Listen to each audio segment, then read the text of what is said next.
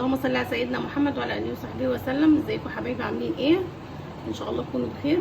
دلوقتي احنا هنعمل اكله بقى ما بنستغناش عنها خالص، لا في الفطار ولا في العشاء، والاكله يعني دي على طول مطلوبه يعني.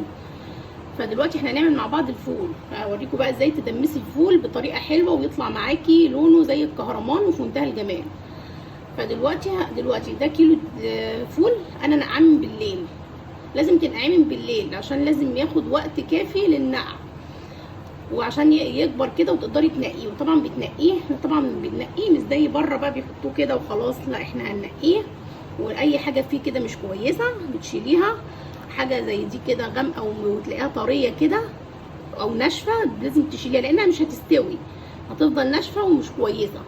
اي حاجه برده مش كويسه تفضلي تقلبي فيه كده زي كده مثلا تشيليها.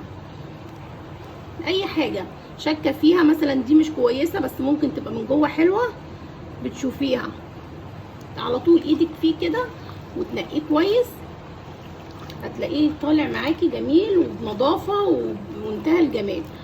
فاحنا دلوقتي هو هننقيه وهنحط له ميه تغلي على النار، لان انا طبعا مش هحطه في دماسه، انا هحطه في حله لان ده كيلو وانا عندي الدماسه صغيره ما بتاخدش غير نص كيلو، فانا عامله كيلو فهحطه في الحله. فانا دلوقتي بقى بغلي الميه وهغسل بقى الفول واحطه في الحله وهوريكم هعمل معاكم ايه بقى. دلوقتي طبعا احنا معانا ده بنحطه عليه الرز، نص كوبايه رز على نص كوبايه عدس على نص كوبايه حمص مجروش، يعني زي ايه الفول المدشوش كده، بس هو ده حمص مدشوش. فاحنا بنحطه عليه وبنحط معاه جزر، بس الجزر لسه هفرمه وهحطه وهوريكم هعمله ازاي. دلوقتي بقى خلاص حطينا الفول اهو، الميه غليت وحطينا الفول. هنحط بقى عليها الرز والعدس والحمص المجروش ده نحطه. ده طبعا الحمص والحاجات دي هي دي اللي بتديله ايه القوام اللي هو المتماسك بقى، تلاقي الميه بتاعته قوامها متماسك. فاحنا حطينا الحاجات دي وهنحط معاها كمان حاجه جميله قوي بقى، هي دي اللي بتخلي بقى الشكل والطعم واللون بتاعه حلو. وهنحط معلقه الجزر اهو مفروم، ونقلبه قلبه بسيطه كده. وطبعا انا هحط كل حاجته اللي انا هحطها عليه علشان خاطر هنضغطي عليه ومش عايزين نقعد نفتح عليه كل شويه عشان لونه ما يغمقش.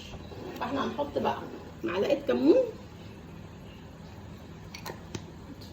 كركم او معلقتين صغيرين بس كده. نحط الحاجات دي ونغطي عليه بقى ونسيبه مع نفسه كده. اول ما يغلي نوطي عليه النار، يبقى على نار هاديه زي الشمعه، هيطلع معاكي بقى في منتهى الجمال. طبعا انت لو عندك حله ضغط بيتعمل بسرعه، بس مش كل الناس عندها حله ضغط، فانا عملتها في الحله دي عشان خاطر ايه نشوف برضو لما بتقعد في الحله العاديه هيقعد كام ساعه. فهو مش هياخد بتاع 3-4 ساعات، بس انت موطيه عليه موطيه خالص عليه عشان يستوي براحته وتلاقيه طالع معاكي حلو. دلوقتي يا حبايب قلبي بقى الفول استوى وزي ما انتم شايفين اهو، يعني طالع زي الكهرمان بالظبط. طبعا كل ده من الاضافات بقى اللي احنا حطيناها، يعني حاطين جزر وحاطين عدس وحاطين حمص، والحاجات دي كلها بتدي افاده، غير لما بنشتريه من بره بيبقى ما فيهوش اي افاده من الحاجات دي، وانت كده عاملاه بنظافه. فكل الحاجات دي بقى مدياه طعم حلو ومدياه لون حلو، وشايفين شكله عامل ازاي. دلوقتي بقى هنحط له بقى ايه حاجته، شويه كمون وعصره ليمون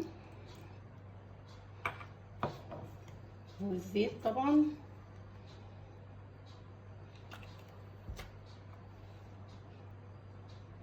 والملح طبعا هنحطه. وهتدوقي طبعا احلى طبق فول، لان احنا بنستغناش عن الفول طبعا، يعني الفول محتاجينه في الفطار محتاجينه في العشاء. فلازم كل دون لازم تعملي انت بايدك، فلازم يعني تعملي حاجه نظيفه وحاجه كويسه، عشان لو ما جبتيه من بره مبقاش فيه طبعا كل الاضافات دي ولا كل الغذاء ده. فان شاء الله الوصفه تعجبكم بقى، وزي ما انتم شايفين اهو، شايفين الفول عامل ازاي جميل اهو، ولونه وطعمه وشكله كل حاجه فيه حلوه. ان شاء الله الوصفه تعجبكم بقى، ولو عجبكم الوصفه لايك وشير واشتراك في القناه، واشوفكم ان شاء الله في وصفه تانية. السلام عليكم ورحمه الله وبركاته.